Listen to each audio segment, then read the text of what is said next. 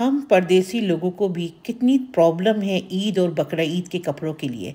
कल मैंने ये वीडियो डाली थी, आप जाके देख लीजिएगा। और आज मैं आपको बताती हूँ कि आज का टॉपिक भी यही है कि मैं अपने कपड़े कैसे और किससे मंगवाती हूँ और मेरा स्टाइल क्या है पहनने का। ये सब बातें आपसे डिस्कस करेंगे। और आज की रेसिपी बहुत ही मज़े के दही बल्ले बनाऊंगी। नेवर फेल दही बल्ले, जो कभी फेल नहीं होते हैं मेरे दही बल्ले। और अंदर से अगर आपको कहीं भी गुठलियाँ मिल जाए तो आप समझ लीजिएगा कि दही बड़ा फेल है। ये देखिए कितना बाउंसिंग और बिल्कुल अंदर तक आपका स्पंजी है। ये कैसे बनाऊंगी आपसे शेयर करूंगी। तो चलो जी स्टार्ट करते हैं आज का टॉपिक। जी ये सब ड्रेस जो है पाकिस्तान से मेरी अम्मी ही मुझे भिजवाती हैं। और मेरा पसंद और मेरी डिज़ाइन जो है अम्मी को पता है कि मैं कैसा पसंद करती हूँ। और मेरी अम्मी मुझे पाकिस्तान से कराची से भिजवाती हैं। तो बात सिर्फ इतनी है कि देखिए हम परदेसियों के साथ ये बड़ा प्रॉब्लम है। जब भी ईद और बकरा ईद होता है तो हमें कपड़ों की बड़ी प्रॉब्लम होती है। अगर आप वेबसाइट में जाएं तो वेबसाइट वाला अलग अलग प्राइस बताता है। कभी कोई वेबसाइट कहता है कि 150 पाउंड, कोई कहता है 100 पाउंड। कोई अलग अलग कीमतें लगाई हुई हैं अलग अलग कपड़ों की, क्योंकि हम दूर बैठे हैं तो हमें ठगने में उनको आसानी है। मगर ये हालत पाकिस्तान में नहीं है। आप पाकिस्तान में रह के अपनी मनपसंद शॉपिंग कर सकते हैं बार्गेनिंग के साथ। मगर हम परदेसियों को ये नसीब नहीं है। हमें इसी मुल्क में, गोरों के मुल्क में रह के ही ऑर्डर करवाना पड़ता है। तो मेरे साथ भी इस साल भी ऐसा ही हुआ कि मेरे कपड़े जो है जो मैं पसंद कर रही हूँ वो तो या तो आउट ऑफ स्टॉक हो रहे हैं।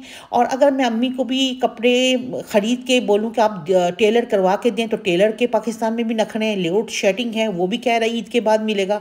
तो फिर ईद के बाद मिलेगा तो फिर पहनने का कॉन्सेप्ट क्या रहा। असल तो ईद में पहननी होती है और ये प्रॉब्लम हमेशा मुझे होती है। और यही बात है कि ना मैं इसीलिए मैंने अपने एक व्लॉग जो मैंने कल डाली थी, जो मैंने शुरू में दिखाया, आप वो व्लॉग ज़रूर देखिएगा, जिसमें मैंने कहा था कि मैं पलवशा की बेटी के शादी में पहनने के लिए कपड़े देख रही हूँ। तो बहुत सारे लोगों ने कॉमेंट्स में लिखा भी है कि आप ब्रांड के अलावा कुछ पहनती नहीं है क्या, मारिया भी ही पहनती हैं या कोई सा ब्रांड। बहन ऐसी बात नहीं है। मैं वो कपड़ा पहनती हूँ जो मुझे अच्छा लगे, मेरे ऊपर सूट करे। और मेरा जो पसंद है ना वो आपको मैंने शुरू में फॉर्मल दिखाया है कि मैं कैसे फॉर्मल सूट्स वगैरह, शलवार कमीज़, लंबी कमीज़, प्यारा सा दुपट्टा और बड़ा डिसेंट टाइप, ये मेरी अपनी पसंद है।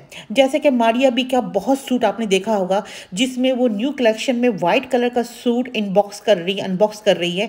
उस किस्म का कपड़े मुझे बहुत पसंद है। ठीक है, तो ये मत कहे उस किस्म का कपड़ा अगर मारिया बी में है तो मैं ज़रूर लूँगी, और अगर मारिया बी में नहीं भी है तो मैं मतलब कि लोकल भी ले सकती हूँ। तो ये जो बहन कह रही थी ना कि भाई हम अफोर्ड नहीं कर सकते, मारिया भी आप ही अफोर्ड कर सकती हैं, ऐसी बात नहीं है। नाशुक्री नहीं करते हैं, हर हाल में अल्लाह से खुशी करते हैं। और अल्लाह ताला ने जिसको दिया है वो भी पहने और जिसके पास कम है वो भी अपनी खुशी मनाए अपने तरीके से। ज़रूरी नहीं कि हर कोई आसिम जोफ़ा, मारिया बी या सना सफ़ीनाज़ी जाए। आप अपनी मर्ज़ी का भी डिज़ाइन का कपड़ा खरीद सकते हैं। और पाकिस्तान में तो इतनी वैरायटी है, आप तो बहुत खुशनसीब है कि आप अपना डिज़ाइन खुद बना सकती हैं। और हम मजबूर हो जाते हैं इन ब्रांडों के पीछे, क्योंकि हमें तो वो मौका ही नहीं मिलता। स्टिचिंग किया कढ़ाया अगर मुझे मिल जाए तो फिर हम लोग इसी को शुक्र और नियामत समझते हैं। तो ये प्रॉब्लम जो है ना मैंने इसलिए उठाया है कि मुझे पता है हमें बहुत प्रॉब्लम होती है।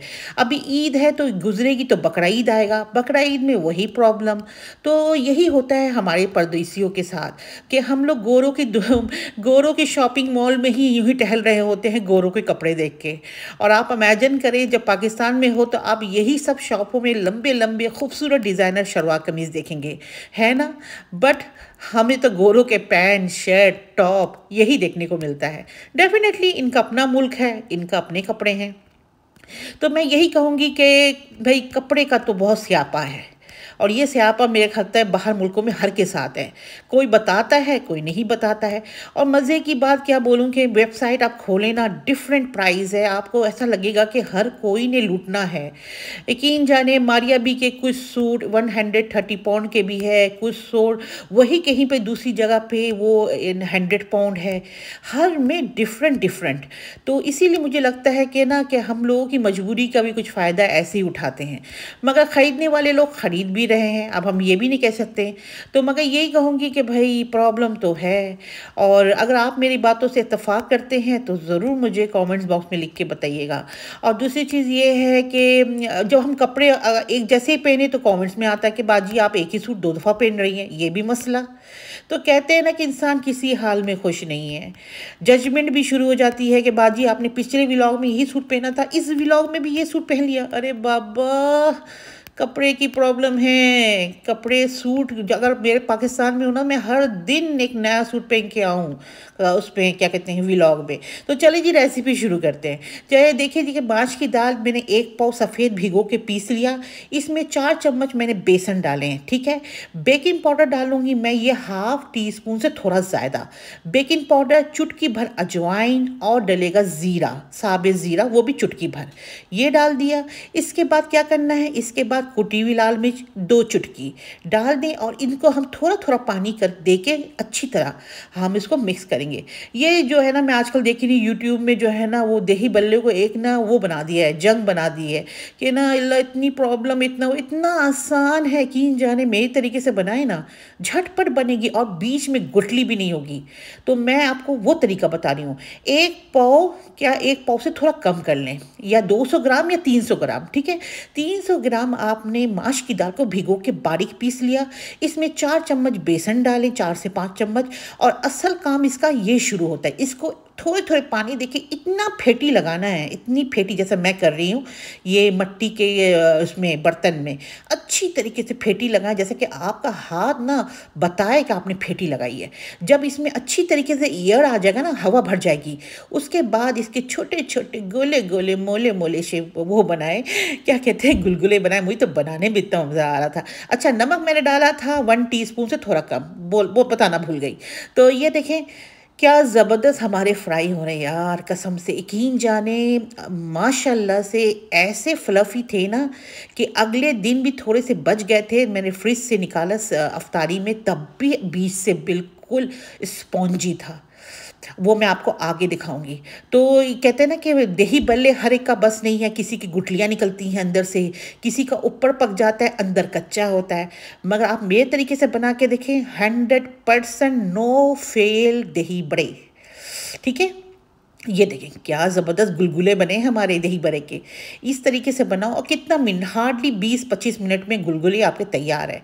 और क्या कहते हैं, इतनी आपको वो करने की ज़रूरत नहीं है। एक तो अफ्तार में आपने सारा दिन का फाका होता है, नमाज दुआ भी होता है, ऊपर से आप लोगों ने यूट्यूब में इतने मुश्किल डाले हुए हैं, या अल्लाह, लोगों को तो समझ भी ना आए। ये देखें मेरे कितने अच्छे गुलगुले बन गए। ये मेरे ख्याल में कितने 50 से ऊपर के बने होंगे। अब आपको तोड़ के दिखाती हूँ। ये देखें, स्पंजी ना हुआ ना तो मेरा नाम बदल दीजिएगा। ये देखें, कहीं से आप बोले कि बेनज़ीर यहाँ से गुठली है, इतनी स्पंजी है। और मैं इसको पानी में भी नहीं भिगाऊंगी, मुझे ज़रूरत ही नहीं पानी में भिगोने के लिए। लोग पानी में इसलिए भिगोते हैं कि और सॉफ्ट हो, मुझे तो ज़रूरत नहीं है। ये देखें, हाथ डाला टूट गया और अंदर से भी स्पॉन्जी। तो अब हम क्या करेंगे, इसका दही बनाएंगे। तो चले जी दही बनाते हैं।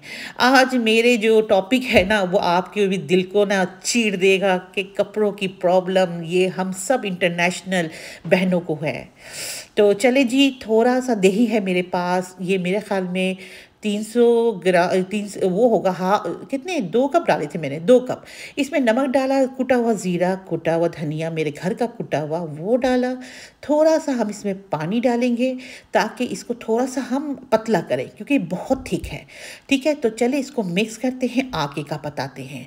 तो बहुत ही मज़े का दही बल्ला बनेगा, इफ्तार में खाएंगे। और आप सब भी दुआ करें हमारे लिए भी, हम भी आप लोगों सबके लिए दुआ करेंगे। तो इसमें मैंने थोड़ा सा पानी डाला, समझ जाए 1 कप से थोड़ा कम। अब मैं इसको अच्छी तरीके से मिक्स कर लेती हूँ और उसके बाद दही बल्लों को इसमें डुबोऊंगी। और देखिए मैंने डायरेक्ट डुबाया है, मैंने पानी में भिगोया नहीं है, क्योंकि मुझे ज़रूरत ही नहीं है। तो चले जी, इसको डायरेक्ट हम डालते हैं और डालने के बाद थोड़ा सा ऊपर से इसका सिंगार करते हैं। दही बल्ले हो, ऊपर से सिंगार ना हो, मेकअप ना हो, उसका मज़ा नहीं आएगा। तो चले जी, इसकी सिंगार करते हैं और फिर आपको बताते हैं।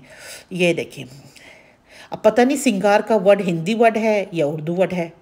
जिसको सजावट कहते हैं, मेकअप कहते हैं, इसी को मेकअप कहते हैं। इसको अच्छी तरह, ये मेरा घर का पिसा हुआ ग्रीन चटनी, वो डाला। ऊपर से हम डालेंगे ज़बरदस्त सा चाट मसाला पाउडर। मेरे पास पापड़ी नहीं है, अगर आपके पास पापड़ी हो, अये हाय, उसको मचोर के डाल दें। कहते हैं ना सोना में सुहागा। उसके बाद देखें, फ्रेश मैंने हरा धनिया उसके ऊपर काट के डाला। और फिर मैं क्या करूँगी अभी बताती हूँ। जो जो अभी आया है लाइक शेयर सब्सक्राइब कर दें भाई, अब तो कर दें। चले जी। तो इस तरीके से मैंने दही बल्ले बन गए। अब आपको मैं तोड़ के दिखा रही हूँ, ये देखें। अंदर से स्पंजी है, सुराख वाले हैं, मतलब कि बिल्कुल नेवर फेल, ऐसे वाले जो मुंह में जाके घुल जाए। ये देखिए, ये देखिए, मैं आपको एक आपकी खातिर तोड़ के दिखा रही हूँ। ये देखें, स्पंजी देखा, ये देखें, कहीं से भी वो नहीं है। तो चले जी, ये हमारा बिल्कुल तैयार है, डन डनाडन है। तो दुआओं में याद रखिएगा। इंशाल्लाह फिर मिलते हैं नई रेसिपी नई टॉपिक के साथ। अल्लाह हाफिज़।